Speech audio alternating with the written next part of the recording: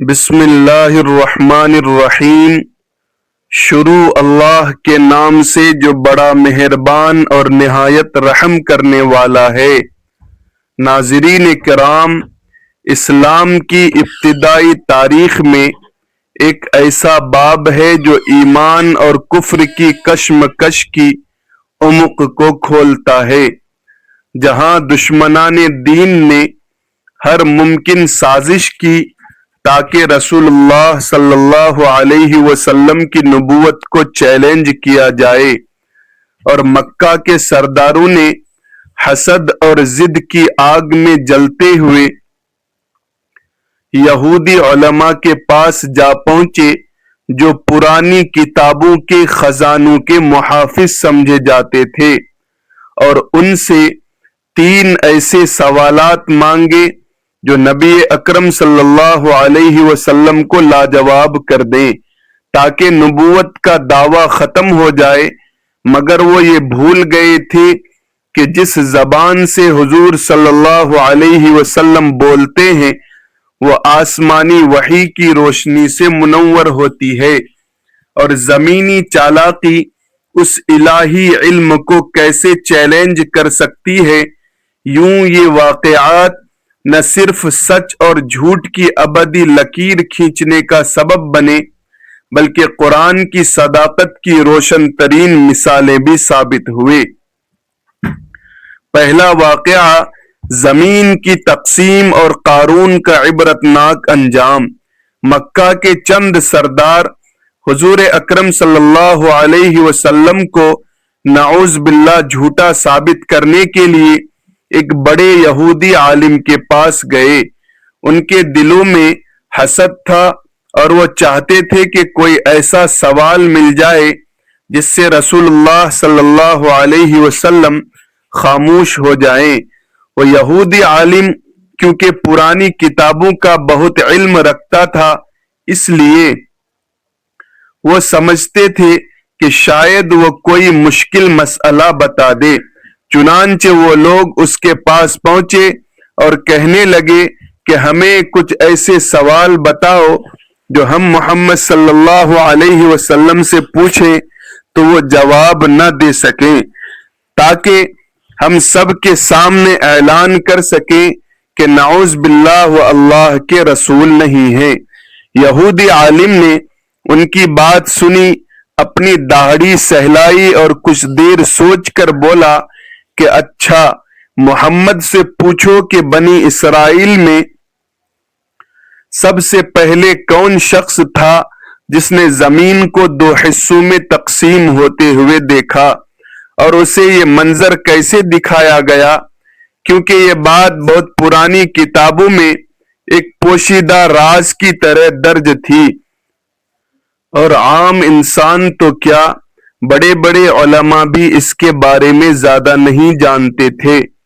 قریش کے سردار یہ سن کر بڑے خوش ہوئے اور بھاگم بھاگ رسول اللہ صلی اللہ علیہ وسلم کی طرف آئے، دکھاوے کے لیے ادب سے بیٹھے اور پھر فخر سے سوال کیا کہ اے محمد، ہمیں بتاؤ کہ وہ کون شخص تھا جس کے سامنے زمین 2 حصوں میں کھل گئی تھی اور اسے یہ منظر کیوں دکھایا گیا؟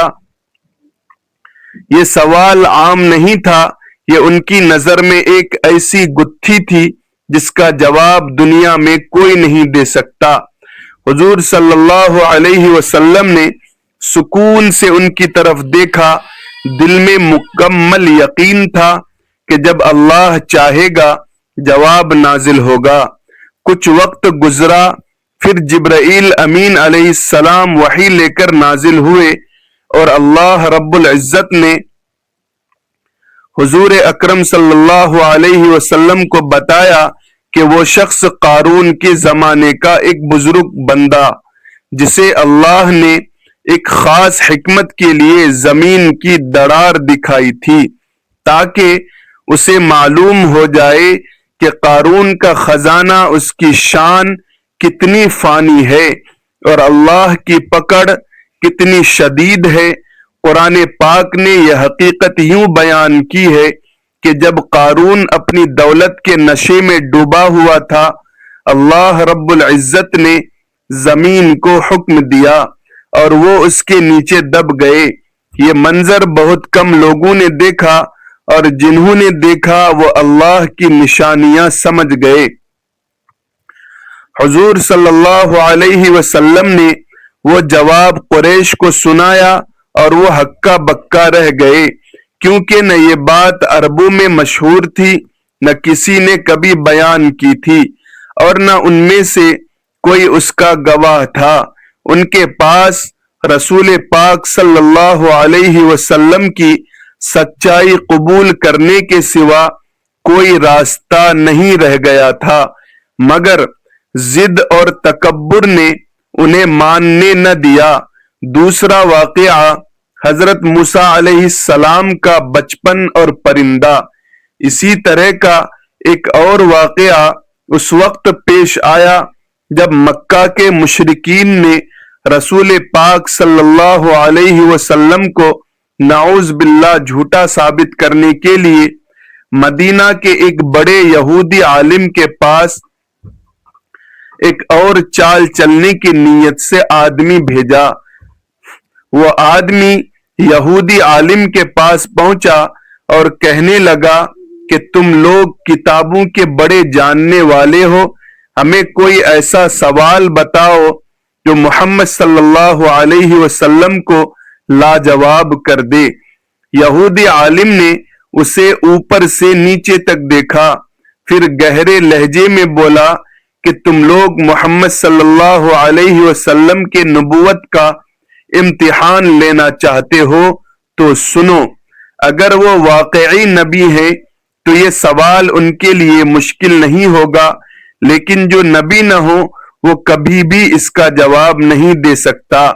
اس نے کہا محمد سے پوچھو کہ وہ لڑکا کون تھا جسے اللہ نے اپنے نبی کا ساتھی بنایا، جو بچپن میں اپنی ماں سے دور ہو گیا تھا، جسے ایک پرندے کی وجہ سے زندگی کا رخ بدلتا ہوا دکھایا گیا، اور جو بعد میں بنی اسرائیل کے نبی کے ساتھ ایک شان قدرت کا سبب بنا۔ یہ سوال صرف اس کی کچھ تحریف شدہ نسخوں میں درج تھا، اور یہودی بھی اسے مکمل نہیں جانتے تھے۔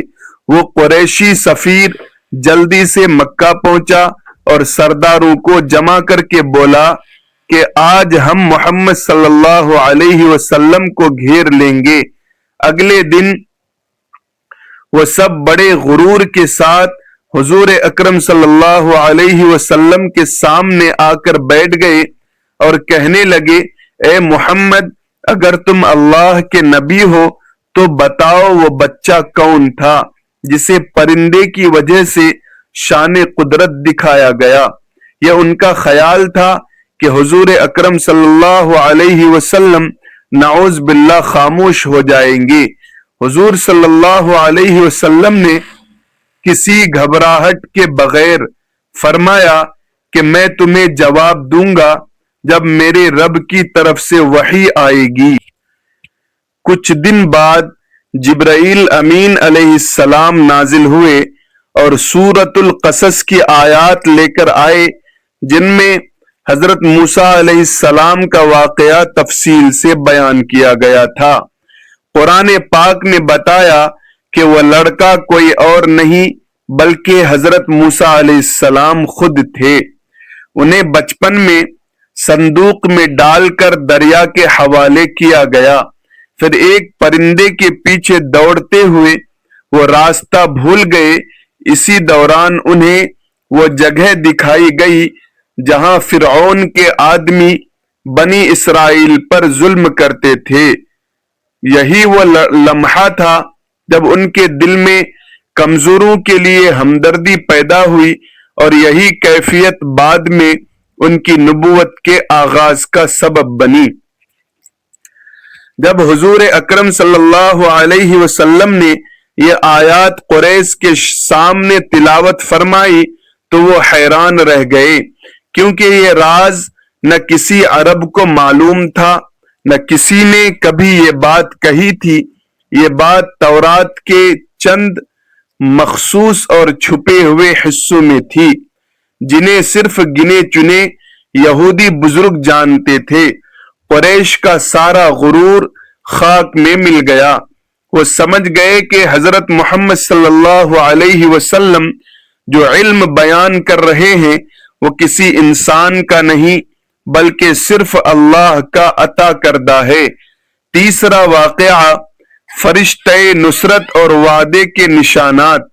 یہی انداز کا ایک اور واقعہ مکہ کے ان دنوں کا ہے جب قریش کے سرداروں کو ہر روز یہ فکر لاحق رہتی تھی کہ کہیں لوگ محمد صلی اللہ علیہ وسلم کی باتوں سے متاثر ہو کر مسلمان نہ ہو جائیں۔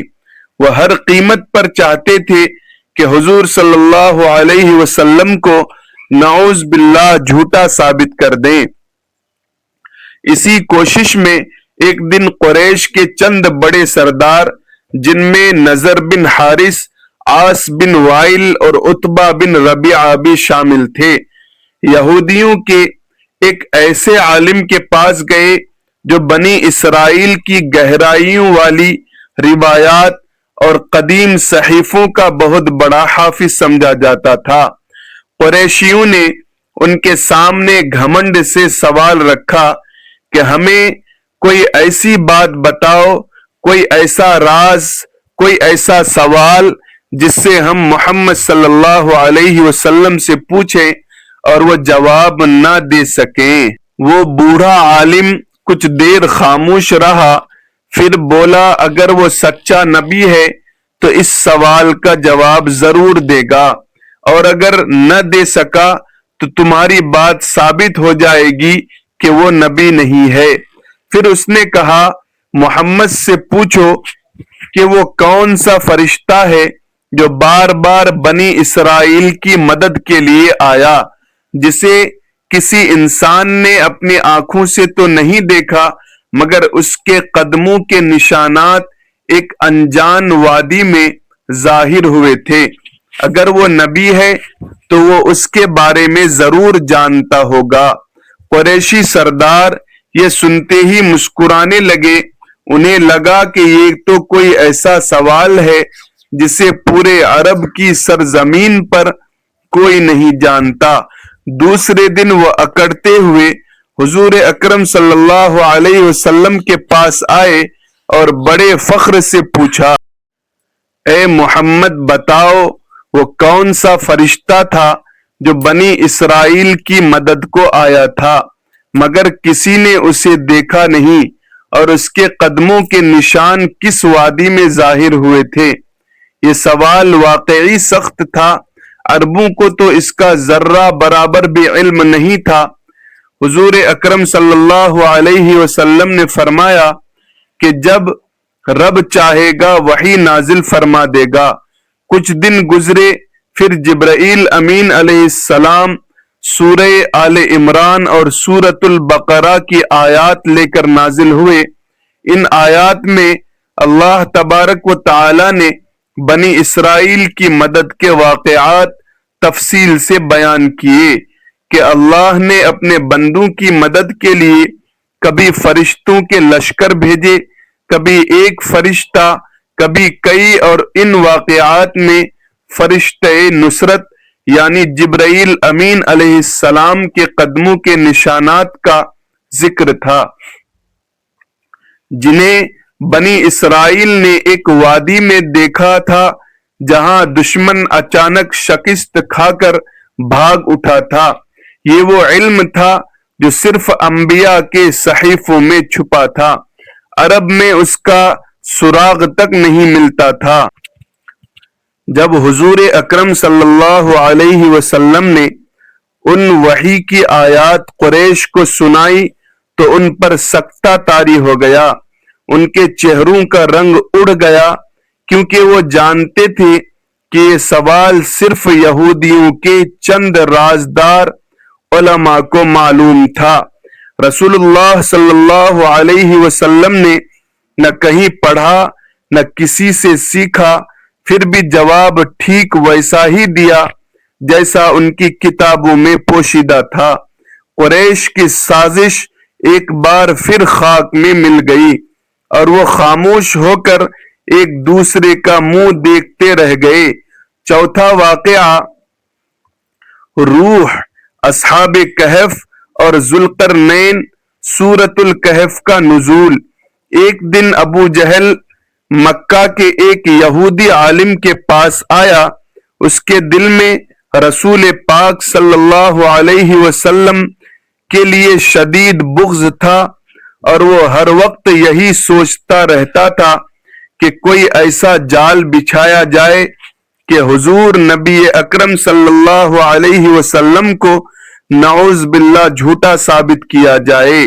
وہ یہودی عالم کیونکہ آسمانی کتابوں کا جاننے والا تھا، اس لیے ابو جہل نے سوچا کہ شاید وہ کوئی ایسی ترکیب بتا دے جس سے رسول پاک صلی اللہ علیہ وسلم کو لاجواب کیا جا سکے۔ چنانچہ ابو جہل نے اس سے کہا کہ تم لوگ تورات و انجیل کے عالم ہو، مجھے کچھ ایسے سوال دے دو جو ہم محمد صلی اللہ علیہ وسلم سے پوچھیں اور وہ جواب نہ دے سکیں۔ یہودی نے سر جھکا کر کچھ دیر سوچا، پھر مکروہ مسکراہٹ کے ساتھ کہنے لگا کہ 3 سوال ایسے ہیں جن کے بارے میں اگر وہ واقعی اللہ کے نبی ہیں تو ضرور صحیح جواب دے دیں گے، اور اگر نہیں ہے تو ان سے جواب نہ بن پڑے گا۔ پہلا سوال یہ ہے کہ روح کیا ہے، کیونکہ روح کا علم انسانوں کو مکمل طور پر نہیں دیا گیا۔ دوسرا سوال اصحاب کہف کے بارے میں پوچھنا کہ وہ کون تھے، کتنے تھے اور ان کا واقعہ کیا تھا۔ تیسرا سوال ذوالقرنین کے بارے میں پوچھنا کہ وہ کون تھے اور ان کی حکومت کی حدود کہاں تک تھی۔ جو شخص اللہ کا نبی نہ ہو وہ ان 3 سوالات کے صحیح جواب نہیں دے سکتا۔ ابو جہل یہ سن کر خوشی سے پھولا نہیں سمایا اور فوراً اپنے ساتھیوں کے پاس آ کر کہنے لگا کہ آج ہم نے محمد صلی اللہ علیہ وسلم کو شکست دے دی ہے۔ آج ہم ایسے سوالات لے کر جائیں گے جن کا جواب ان کے پاس ہرگز نہ ہوگا۔ اگلے دن یہ گروہ اکڑتے ہوئے فخر سے تن کر رسول اللہ صلی اللہ علیہ وآلہ وسلم کی خدمت میں پہنچا اور بڑے غرور سے کہنے لگا کہ اے محمد صلی اللہ علیہ وسلم، اگر تم واقعی نبی ہو تو ہمیں ان 3 سوالات کے جواب دے دو۔ حضور اکرم صلی اللہ علیہ وسلم نے فرمایا کہ میں تمہیں کل جواب دوں گا، مگر حضور صلی اللہ علیہ وسلم نے اس کے ساتھ انشاءاللہ نہ فرمایا، جس کی وجہ سے اللہ تعالی کی طرف سے وحی میں تاخیر ہو گئی۔ کئی دن تک جبرائیل امین علیہ السلام وحی لے کر نہ آئے۔ ابو جہل اور اس کے ساتھی خوش ہو کر مکہ میں شور مچانے لگے کہ دیکھو محمد صلی اللہ علیہ وسلم ہم سے بچ رہے ہیں، انہیں ان سوالات کا جواب نہیں آتا، ان کا جھوٹ کھل گیا ہے۔ مگر حضور اکرم صلی اللہ علیہ وسلم کا دل غمگین ہونے کے باوجود ایمان اور یقین پہاڑ کی طرح مضبوط تھا۔ رب جب چاہے گا وحی ضرور نازل فرمائے گا۔ بالآخر کئی دن بعد سورۃ الکہف کی آیات نازل ہوئی جن میں ان 3 سوالات کے تفصیلی اور شاندار جواب موجود تھے۔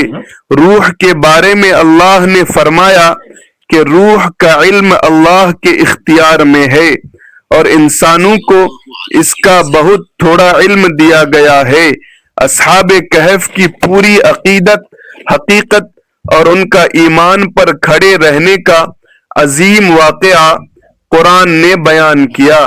ذوالقرنین کے سفر، ان کی طاقت، ان کی انصاف پسندی اور یاجوج ماجوج کی دیوار تک سب تفصیل اللہ رب العزت نے بیان فرما دی۔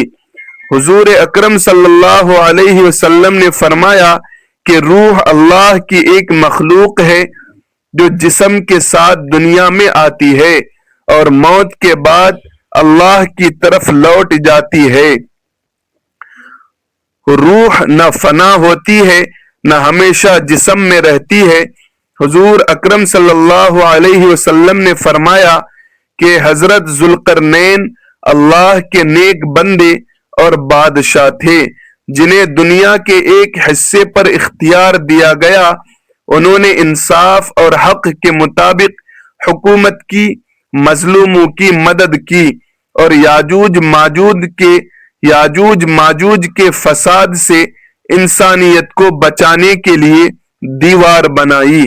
حضور اکرم صلی اللہ علیہ وسلم نے فرمایا کہ اصحاب کہف وہ نوجوان تھے جو اپنے دین پر قائم رہے اور کفر ظلم کے ماحول سے بچنے کے لیے غار میں پناہ لے لی۔ اللہ تعالی نے انہیں کئی سال تک غار میں نیند میں رکھا اور ان کی حفاظت کی تاکہ وہ اپنی ایمانداری کی مثال قائم کریں۔ ان کی کہانی ایمان والوں کے لیے عبرت اور اللہ کی مدد کی علامت ہے۔ جب یہ آیات مکہ میں تلاوت ہوئی تو وہی لوگ جو سمجھ رہے تھے کہ آج ہم جیت گئے وہ شرمندہ ہو گئے۔ انہیں اندازہ ہو گیا کہ یہ سوالات تو حقیقت میں اس بات کا امتحان تھے کہ محمد صلی اللہ علیہ وسلم واقعی اللہ کے بھیجے ہوئے سچے نبی ہیں، اور قرآن نے وہ تمام حقائق ایسے بیان کیے جن کا علم نہ کسی عرب کو تھا نہ کسی عام انسان کو۔ یوں رسول اللہ صلی اللہ علیہ وسلم کے صدق اور نبوت کی دلیل مزید روشن ہو گئی۔ یہ واقعہ رہتی دنیا تک اس بات کی نشانی ہے کہ اللہ اپنے نبی کو کبھی لاجواب نہیں رہنے دیتا، اور جن سوالات کو دشمن ہتھیار سمجھتے ہیں وہی قرآن کریم کی سچائی کو مزید کھول کر بیان کر دیتے ہیں۔ اللہ تعالی سے دعا ہے، اے اللہ تو ہمیں حضور صلی اللہ علیہ وسلم کی ہر سنت پر چلنے کی توفیق عطا فرما۔ اے اللہ تو ہمیں صراط مستقیم عطا فرما۔ اے اللہ تو ہمیں لوگوں کے ساتھ بھلائی کا معاملہ کرنے والا بنا۔ اے اللہ ہمارا ایمان مضبوط عطا فرما۔ اے اللہ کتنی بھی مشکلات آ جائے ایمان پر ڈٹے رہنے والا بنا۔ اے اللہ پاک ہمیں اسلام کا دفاع کرنے والا بنا۔ دوستو ویڈیو کو لائک کریں، سبسکرائب کریں، بیل